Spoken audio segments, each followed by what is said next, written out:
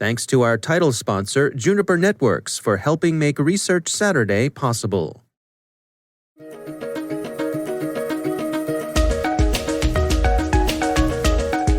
Hello, everyone, and welcome to the CyberWire's Research Saturday.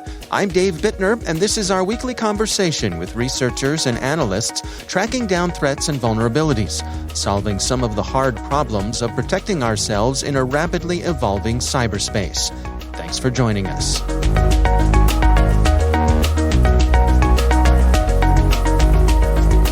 So initially, we had no drive for this protocol in general. So we really were looking more at just smart cameras from a higher level.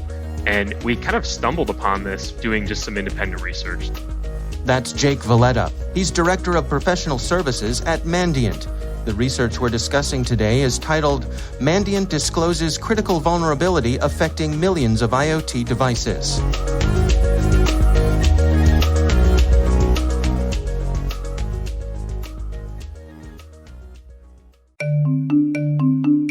Juniper Connected Security helps organizations build threat-aware networks that extend security to every point of connection across the network. To learn more, visit juniper.net/security or connect with Juniper on Twitter or Facebook. That's juniper.net/security.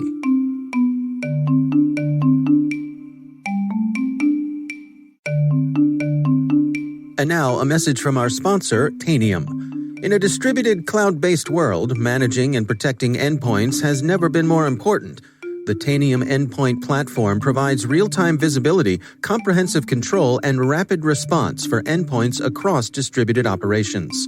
That's why the Department of Defense and half of the Fortune 100 trust Tanium to secure and manage their IT operations. Want to try for yourself? Visit tanium.com/cyberwire to get a 14-day free trial of Tanium as a service. That's tanium.com/cyberwire. And we thank Tanium for sponsoring our show.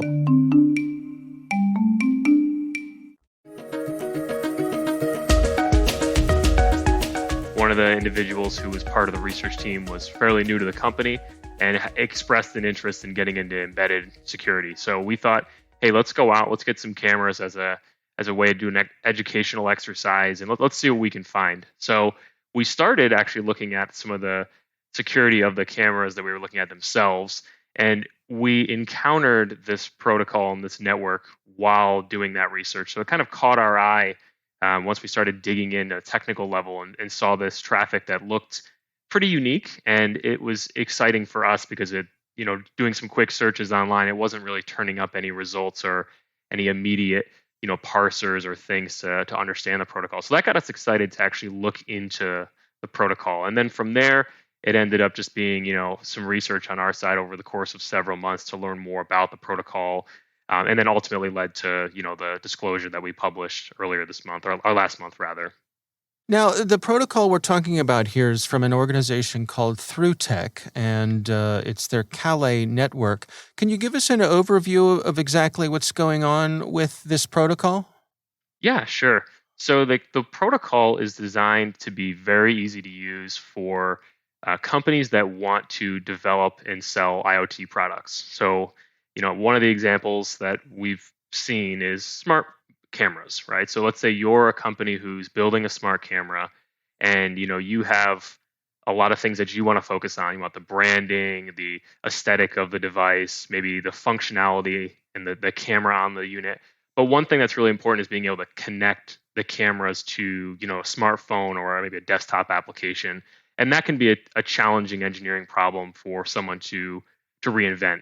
So what the Calais protocol allows is for you to basically use the network that the ThroughTek has built to take that out of the equation for your development purposes. You essentially would use their protocols and use their network, and you don't have to think about the implementation. It just kind of works, right? So it's very attractive to these companies who want to build cameras because it's one less thing that they have to worry about. And in our experience, it does work very well from a user standpoint. It's fast, it's snappy, the camera feed looks good. So it's one less thing that these developers have to worry about. So they provide the developers with an SDK that they build in, and I suppose that the folks who are building this hardware would tend to think that this would be secure, being on as many devices as it is, but you and your colleagues discovered some issues here. Yep, that's correct. And there are, there's a lot of different versions out there in the wild. And I think, there's some older devices which were on more earlier iterations of the platform. I think over time, ThroughTek has added features and security controls onto the platform to just make it more robust.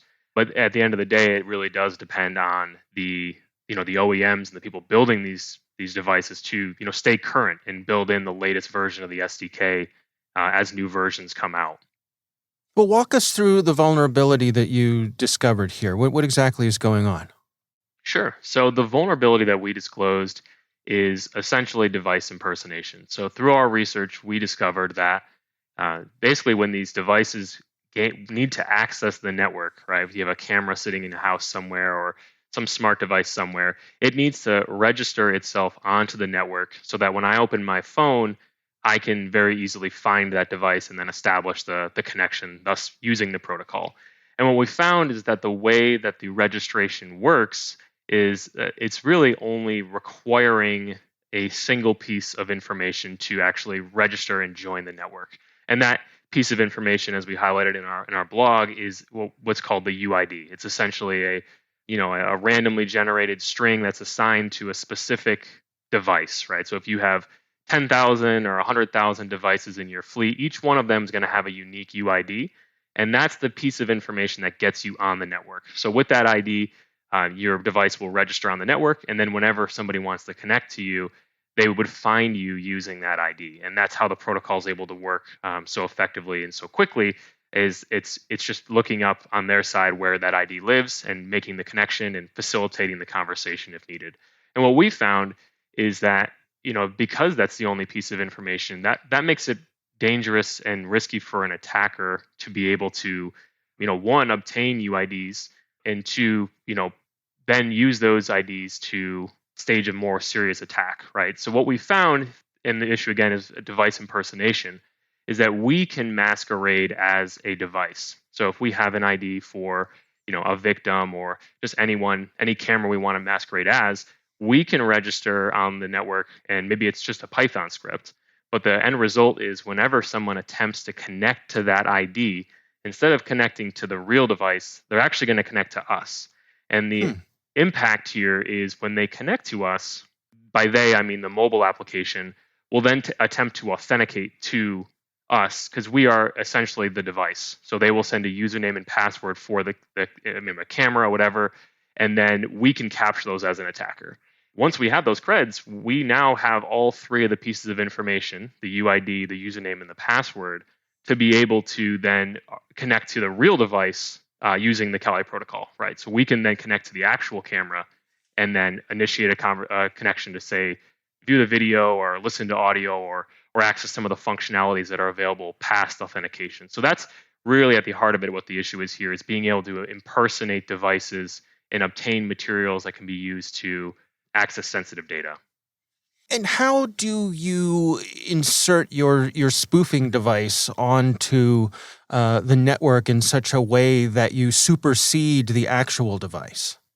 Basically, the way the protocol is designed is it's at the core, it's essentially a peer-to-peer network. So it's meant to allow various nodes to connect most of the time directly to each other, right? So let's say I'm in a coffee shop and a camera is sitting at a house. When I'd like to connect to that camera, I will reach out to the Calais network and say, "Hi, I'm looking to connect to this UID. Can you help me?" And the Calais network will make a determination based on the various network topologies that we're both sitting in and say, okay, you two can both communicate directly. Here's the ports and IPs you need to use if you'd like to communicate directly. So it'll essentially broker that peer-to-peer connection for the parties. Or if the network topology doesn't allow that for some versions of NAT or something, it will actually act as a relay server to get the data to and from the two parties. So what this means is if I'm masquerading a device, right? I'm registering a particular device on the network. The servers only remember or know of one device. So let's say there's a device plugged in and it is beaking out maybe every minute or so saying, hey, I'm here, log me in, register me. If I'm an attacker and I come along and I start registering over that device, well, the servers get confused and then they think that I'm the actual device. So that when a user attempts to find the real device, because of that peer-to-peer nature, it's going to then provide the details to the both parties, which is me, and not the actual device sitting in the home. So it's unfortunately the server is maintaining essentially only one device in their memory instead of realizing that there's a new device interjecting itself is what's causing the problem here. So I mean, to help make sure I understand correctly, I mean, the fundamental issue here is that UID is really the only thing that tells the network that device is what it claims to be. There's no secondary method of verification. Yep, that's correct. And in some of the mitigations on the platform, and if you read through the blog and the disclosure that we put out, the recommendations here are essentially to upgrade to the latest version of the Calais protocol. And what that provides is there's a specific feature that ThroughTek developed, and it's called auth key. An auth key actually provides an additional layer of security when attempting to connect to a device, which validates that the connecting party is who it claims to be. So it doesn't actually address the fact that you can spoof, but it does mitigate the risk on the other end of it. When an attacker attempts to use it, they will need a secondary piece of information to weaponize the vulnerability. And that's why we've encouraged everyone to upgrade and use this feature, because it's really the easiest win here to fix this.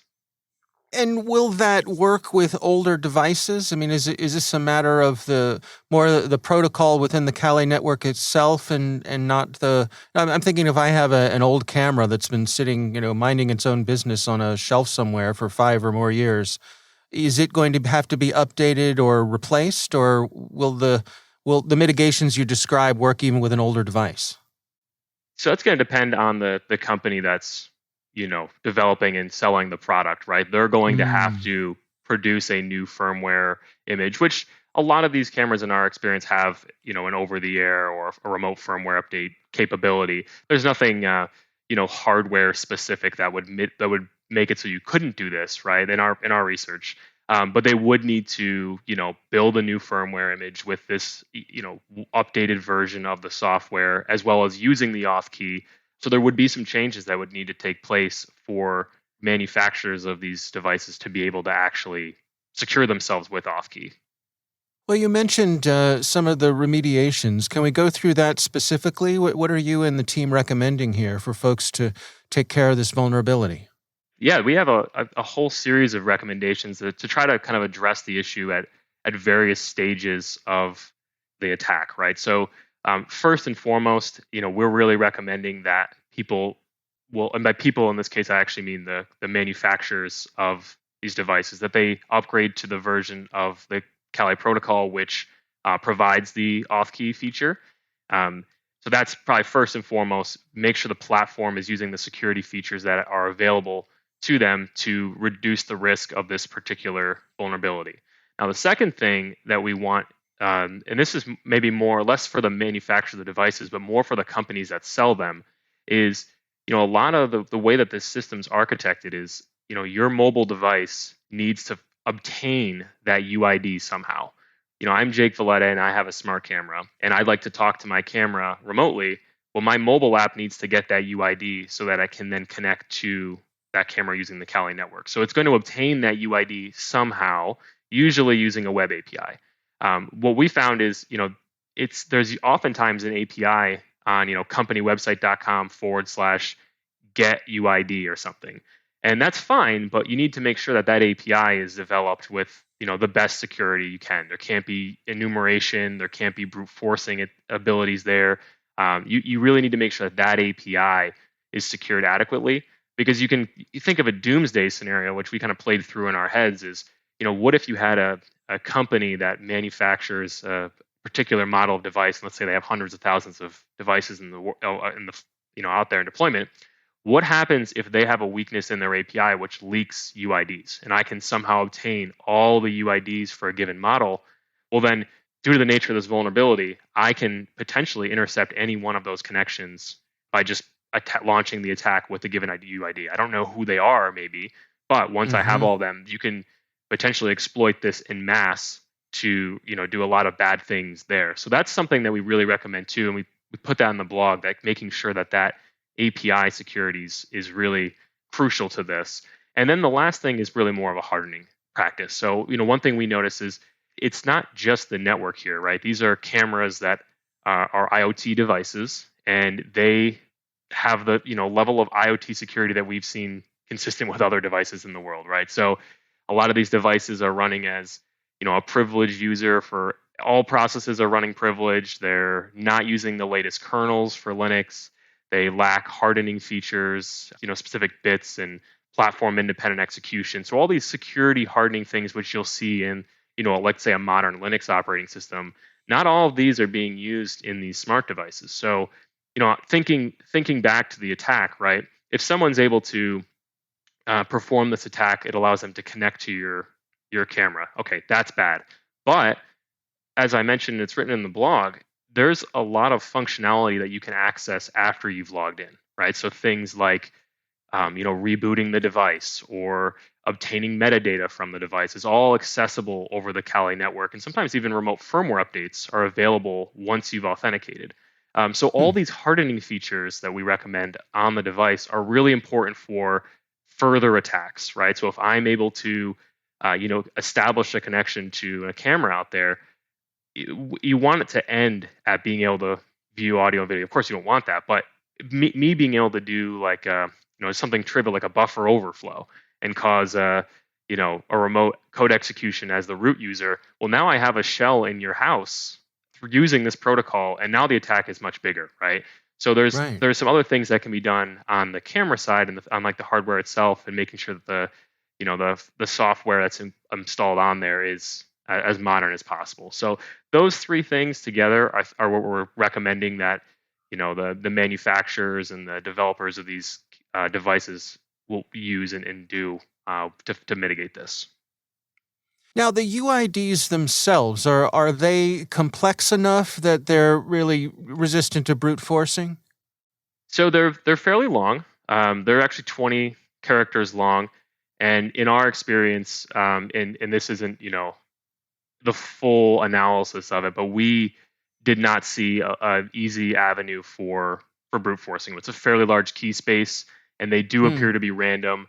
It wasn't very obvious to us that the first 4 bytes are the manufacturer, the second 3 are the year. They do appear to be random, and it's the full A through Z and numbers. So it's a fairly large key space, and we did some preliminary analysis and determined it'd be infeasible to collide very reliably. So that was not something we fully explored, but we did notice based on the key space it'd be a challenge for someone to carry out.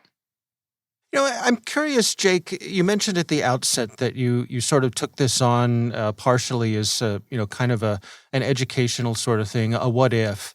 For you and your team, I mean, how often do you head down this path? And I guess when you head down a path like this, are you expecting to find vulnerabilities? Or is that more likely than not what you're going to find when you start down a journey like this?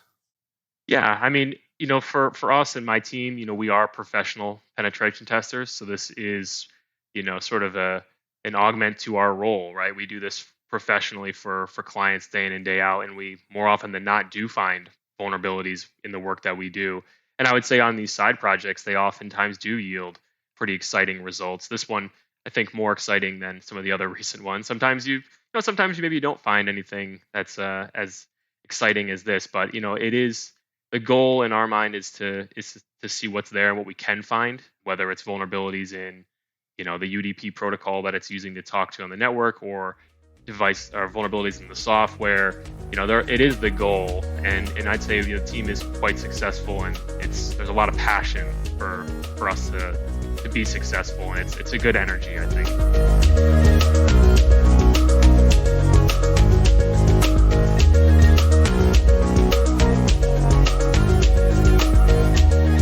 Our thanks to Jake Valletta for joining us. The research is titled Mandiant Discloses Critical Vulnerability Affecting Millions of IoT Devices. We'll have a link in the show notes. Thanks to Juniper Networks for sponsoring our show. You can learn more at juniper.net/security or connect with them on Twitter or Facebook. Thanks to Tanium for their sponsorship. Learn more about Tanium as a service and sign up for a 14-day free trial at tanium.com/cyberwire. The Cyberwire Research Saturday is proudly produced in Maryland out of the startup studios of Data Tribe, where they're co-building the next generation of cybersecurity teams and technologies. Our amazing Cyberwire team is Trey Hester, Elliot Peltzman, Puru Prakash, Justin Sabi, Tim Nodar, Joe Kerrigan, Carol Terrio, Ben Yellen, Nick Valecki, Gina Johnson, Bennett Moe, Chris Russell, John Petrick, Jennifer Iben, Rick Howard, Peter Kilpie, and I'm Dave Bittner. Thanks for listening. We'll see you back here next week.